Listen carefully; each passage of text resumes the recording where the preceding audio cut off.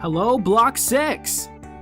My name is Chase Del Rey, and my cultural topic that I'll be teaching you about is called the Red Bull Stratos Jump from the Edge of Space. Our story begins with an Austrian daredevil named Felix Baumgartner.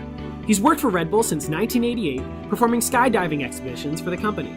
His plan for this project was to ascend into the stratosphere in a specialized helium balloon and jump from high enough to break the sound barrier. Ironically, the date of Baumgartner's jump marked the 65th anniversary of Chuck Yeager's first supersonic flight. Also, coaching Baumgartner from base camp was a guy named Joe Kittinger, who also completed a project similar to this one in 1960, but didn't jump high enough to break the sound barrier. So anyway, Baumgartner did ascend 24 miles above the Earth before he made his jump out of the capsule attached to the balloon.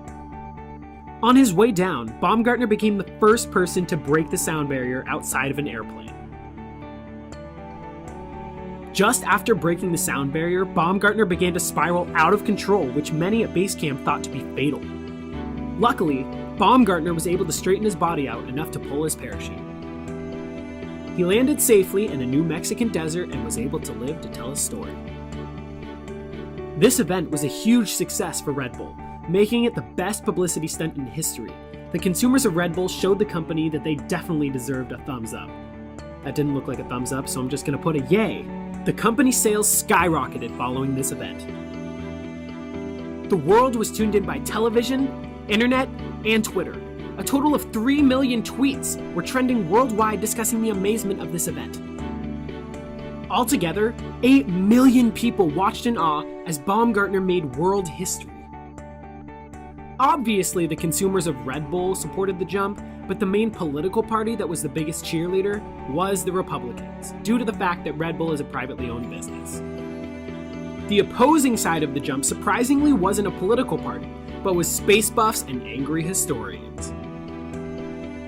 The angriest historian I found was a lady named Amy Shira Teetle, who really did make some valuable points.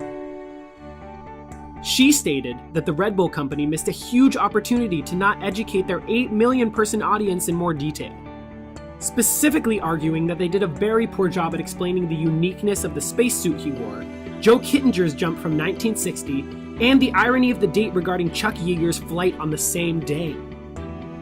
She was also extremely skeptical about how much valuable scientific research was gathered from this experiment.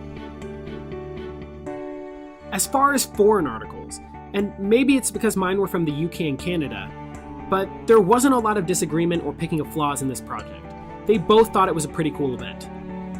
After deeply analyzing this topic, I can honestly say that it is so fascinating to research such an astonishing moment for the human race.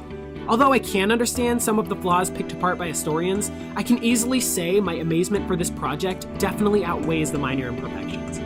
And above all, I do think Red Bull certainly lived up to their slogan. Red Bull gives you wings.